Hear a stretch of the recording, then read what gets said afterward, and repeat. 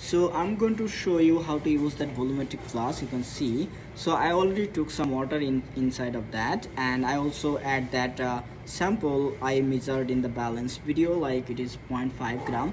So and then you can see that I'm going to fill that rest of that volume with the up to that mark, so it will make that exact molar solution for that solution. So like I took sodium chloride and the weight was 0.5 grams. So if I rest make that fill the DI water with, and you will make that exact molar solution of the sodium chloride. So first I'm going to remove that stopper, then I'm going to add that DI water inside of the,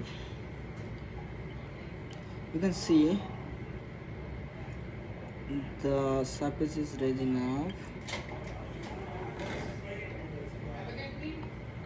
and at the end you can use the disposable pipette, so that there is no risk like when you are afraid or scared of doing so. So you can use that disposable pipette to go the rest of them.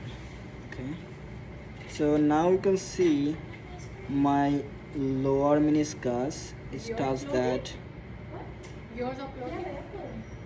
mark. So now what you need to do, just put that stopper and make the solution dissolve.